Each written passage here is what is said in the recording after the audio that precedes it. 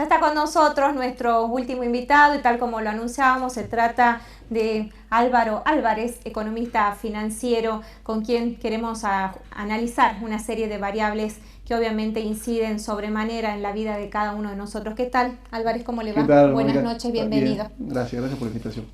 Bueno, ¿no? Realmente estamos sorprendidos porque en virtud de la crisis política, las variables económicas suben y bajan simultáneamente y aceleradamente. Ahora el gobierno anuncia una serie de medidas, obviamente que es para aumentar el gasto público. ¿Qué puede significar este aumento de gasto teniendo en cuenta la entrega de planes sociales, pasar casi 500.000 personas a ser jubilados, clase pasiva? ¿Qué puede significar? Está marcado el rumbo, ¿no? El rumbo es profundizar el déficit fiscal. Sí, de hecho, la vicepresidenta le dijo al ministro de Economía: ¿cómo podés llegar hasta este momento no cumpliendo con el déficit fiscal proyectado? El déficit fiscal rondaba el 4% del PBI. Y la verdad es que venían sobrecumpliendo, venían gastando menos de lo que se había proyectado. Eso seguramente hubiera sido una buena noticia. Un país necesita tener su déficit fiscal controlado y financiamiento, son dos cuestiones que necesitas tener para tener un sendero de crecimiento y eliminar la inflación de una vez por todas. El mundo ya lo resolvió y Argentina todavía sigue discutiendo las causas de la inflación, ¿no? Entonces, verdaderamente Argentina no puede todavía armar un sistema económico que le permita tener equilibrios. Argentina no tiene los equilibrios necesarios. Entonces, cuando hablamos de tarifas, las tarifas se empiezan a desajustar, se empiezan a atrasar. El tipo de cambio oficial o los 8 tipos de cambio que hay en el país, se empieza a atrasar y empieza a generar distorsiones en la balanza comercial. La balanza comercial es, Mónica, cuando lo que exportás versus lo que importás. Entonces, cada día más gente, cada día más importadores van a querer traer bienes al país. Como no va a haber dólares, no vas a poder traer. Entonces, hoy salió la noticia: te faltan pelotitas de tenis. Está todo bien que te falten pelotitas de tenis, el problema es cuando te faltan remedios, repuestos. El problema es cuando te falten cosas que sean vital para el desarrollo, para la vida de una persona o para el desarrollo de la industria. Un país no crece, Moni, cuando no hay importación, cuando no hay inversión en tecnología. Entonces Argentina tiene rotos esos equilibrios y responde de una manera lineal y enfocada exclusivamente en dinamizar el consumo como elemento de decisión política para movilizar votantes. Entonces, como una buena noticia del corto plazo, me alegro por aquellos que van a recibir el IFE, me alegro por ese jubilado con su bono, porque la verdad que los jubilados vienen perdiendo muy fuerte contra la inflación. Me alegro por aquel que va a cobrar, no va a pagar impuestos a las ganancias, va a pagar menos de impuestos a las ganancias. Pero tiene que saber, o sea, la sociedad entera tiene que saber que estamos proyectando un 2022 y un 2023 muy complicados en términos de inflación. Porque este déficit que decíamos... O sea, ¿esta inyección de dinero va a hacer indudablemente que haya más inflación? Sin ninguna duda, no tiene que haber ninguna duda de que eso va a presionar la inflación. Naturalmente no será en enero de este año, del año que viene, ni será en febrero, sino que generamos un caldo de cultivo muy importante, muy peligroso. Esto es como, mira, ayer nos sacamos el barbijo los argentinos, perfecto. Hoy hay más enfermos, no pará, tenemos que todavía ir a la cancha, tenemos que ir a los boliches, tenemos que, todavía está la variante Delta, entonces no vamos a ver la suba de casos ahora. Lo mismo pasa con la inflación. Si imprimís billetes hoy, no tenés inflación la semana que viene. Tenés un proceso.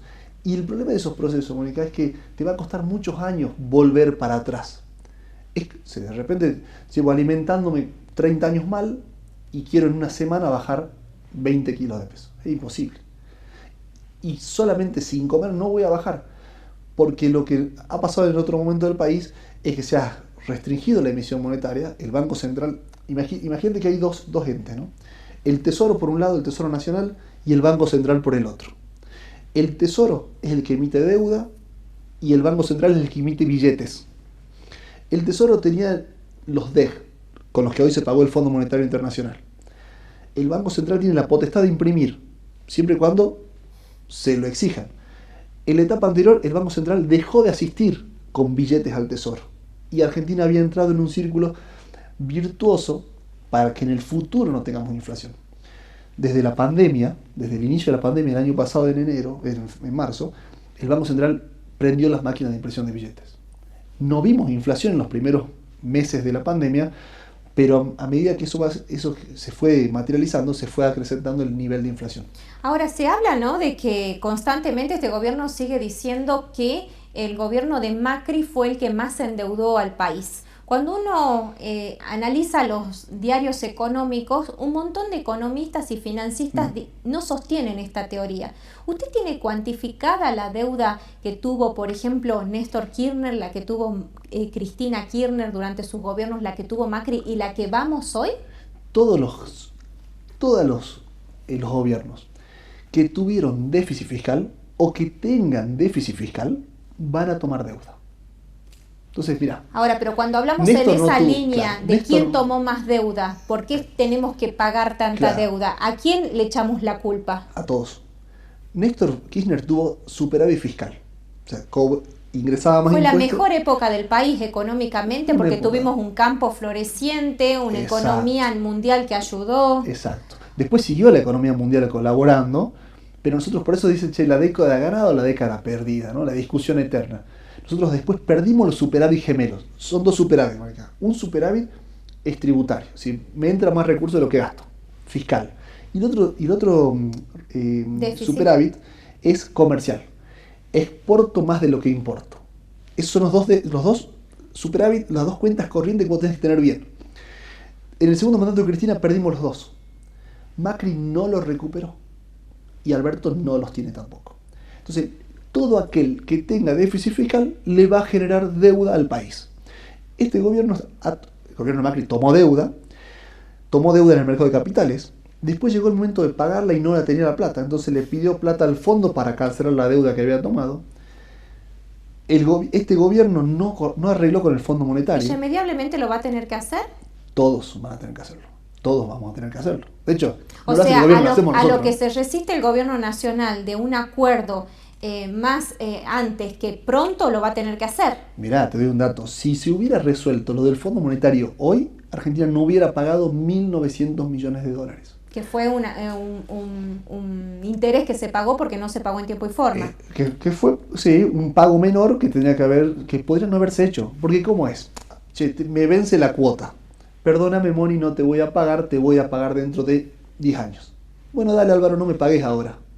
Pagame dentro de 10 años. Lo hubiéramos acordado. El gobierno decidió no acordar, porque había unos requisitos que le iban a afectar políticamente. Entonces, mira, no lo acordamos. Bueno, pagame la cuota. Bueno, te pago esta cuota, no sé la que viene. Si hoy no se hubiera pagado los 1.900 millones de dólares, Mónica, esa plata podría haber venido a colaborar con la situación de las pymes, de la pandemia, todos los problemas que había. ¿Un capricho político? Todo está hecho en clave política. O sea, dime qué año es y te diré qué medidas tomas. ¿Qué hay? ¿Elecciones? Bueno, atrasame el tipo de cambio, atrasame las tarifas, así que los salarios le ganen a la inflación, cosa que no está pasando. Ahora, usted dice, todos los países del mundo solucionaron el problema inflacionario, sí, menos Argentina. Sí. ¿Qué debiéramos hacer para solucionarlo? Primero, diagnosticar correctamente. Argentina todavía discute la raíz de la deuda, diciendo, me endeudó Macri, me endeudó Cristina, me endeudó Alberto. Seguimos en el mismo discurso. Los 30.000, si son 30.000 o son 6.000 los desaparecidos. O sea, Argentina sigue en un loop interminable de los mismos temas. Entonces, primero de resolver esto. Si tengo déficit fiscal y no tengo forma de financiarlo, o sea, no hay a quien pedirle prestado, el único que puede financiar el déficit es mi impresora de billetes, entonces voy a tener inflación. El sistema de precios relativos. ¿Qué significa esto? Una gaseosa o un sándwich. Los dos valían $1. Hoy los dos valen 180 pesos. Antes, cuando valía $1. No, se me rompió. De repente estoy importando más, la carne subió porque tiene retenciones, se rompió ese sistema de precios. 1 litro de nafta vale una cerveza. ¿El gobierno tendría que tener un sistema de precios para todos los productos? Los precios se regulan solo en el mundo. En el mundo, porque eso por ahí los argentinos no lo entendemos. ¿Sí? ¿Cómo funciona el mundo? El mundo bueno, tiene pero en todos empresarios. lados sale $10 una hamburguesa y sigue saliendo hace 5 años, 10 años. Exacto. Entonces, no sucede en Argentina. La pregunta es, ¿nuestros empresarios son peores que los del resto del mundo? O sea, ¿son nuestros empresarios los que generan inflación porque son demasiado ambiciosos? ¿O es otra cosa? ¿O fue Dios que puso de un lado de la cordillera estabilidad política, ingresos, el cobre, y del otro lado de la cordillera nos puso a nosotros y nos dio inflación? O sea, ¿quién se hace responsable de la situación a la que llegamos hoy? La pregunta es esa. Pero si estamos de acuerdo que son nuestras decisiones políticas las que nos trajeron hasta acá, nos deberían contar cómo van a cambiar esas decisiones para que en el futuro no sigamos en este loop interminable, este espiral interminable de inflación, recesión y más pobres. Porque La inflación es un dato, es un número, que su contracara es meter a gente debajo de la línea de la pobreza. O sea, Mónica, cuando inició Néstor, el gasto público era el 22% del PBI. Hoy el gasto está arriba del 40% del PBI. ¿Qué es el PBI para que la gente sepa? Es todo lo que un país produce, el Producto Bruto Interno. Todo lo que nosotros producimos, tu salario, el mío, la gente nos está mirando, eso suma el PBI. Ahora, si subiste el gasto público, diste más asistencia a los que menos tienen, ¿por qué cada día hay más gente que menos tiene? Cuando el mundo creció, o sea, China creció, Chile creció, Uruguay creció, Paraguay creció, ¿por qué Argentina no creció? Bolivia creció. Bolivia creció, Brasil creció. ¿Por qué Argentina tiene más presión tributaria? O sea que las pymes están menos, las pymes y las empresas están menos interesadas en invertir. Porque hay cada día más asistencia a los que menos tienen y cada día hay más personas en situaciones vulnerables. ¿Dónde está el problema? ¿Es este Dios que puso un lado de la cordillera una cosa y del otro lado otra? ¿O cruzando el Pilcomayo se va a hacer? No, son nuestras decisiones. Entonces primero tenemos que diagnosticar para empezar a ¿Y de eliminar. dónde sacaremos a alguien que tome decisiones correctas? La decisión tiene un costo. La pregunta es, ¿quién tiene ganas de asumir los costos políticos de decirle a nuestro hijo que está tomando cerveza a las 10 de la noche en la esquina, en vez de estar estudiando como corresponde, ser un un padre poco piola y decirle, vení, sentate a estudiar, te ayudo a estudiar? Porque hay medidas que son seguramente antipopulares. Subir las tarifas, Mónica, puede ser... ¿Y qué sería una medida antipopular? Por ejemplo, Más de lo que tenemos. Más de lo que tenemos, claro. O sea, lo que estaba haciendo el ministro de Economía hasta acá, gestionar el déficit fiscal para converger a déficit cero, era antipopular. De hecho, se lo dijo la vicepresidenta. Dijo, che, empezá a gastar. Dejar de ajustar. Dejar de ajustar. Porque estaba ajustando, ¿a dónde estaba ajustando? Estaba ajustando a los jubilados. Estaba ajustando a todo aquel, Mónica, que no recibió. ¿No se podría ajustar la clase política en vez de ajustar a los jubilados? Eso hubiera sido demagogia. Se dijo en la primera parte de la pandemia, donde Uruguay y muchos países ajustaron el ingreso, lo que dijo el presidente fue, eso sería demagogia. Decidió ajustar a todo aquel, y esto está bueno para que la gente lo entienda. Nuestra inflación del último año fue 51,8%, la inflación del INDEC. Si a vos te ajustaron el salario menos que eso, te licuaron, perdiste contra inflación y vos sos parte del ahorro del Estado. Álvaro, no quiero terminar la entrevista sin darle algunos tips a la gente. ¿Qué hacer ante esta situación? Seguramente, esto para la pyme y para el ciudadano común que cobra el sueldo, que no le alcanza, que no llega a fin de mes, que tiene que cambiar al chico del colegio porque el colegio subió las cuotas y ya no alcanza. Claro, son realidades inobjetables, difícil de recomendarle cosas. Ahora, viene un proceso seguramente de los próximos 6 meses o 3 meses de dólar planchado. De dólar como factor político. Hasta después de la elección. Seguramente estabilizado. Hasta después de enero, febrero seguramente veremos un dólar estabilizado. La inflación es el gran problema argentino, por lo tanto la recomendación es anticipar algunas compras que puedan estar impactadas por la inflación, como pueden ser tranquilamente los alimentos. Las inversiones también. Un plazo fijo UVA o una inversión que ajuste por inflación seguramente va a ser más interesante y más rendidora que aquella que esté por debajo de la tasa. O sea, y no tomar crédito. Tomar crédito por debajo de la tasa de inflación. Ahí está la clave. Gracias, Álvaro Álvarez. Gracias. Muchas gracias. Nosotros nos despedimos agradeciéndoles la atención dispensada. Nos reencontramos el próximo miércoles. Será hasta entonces.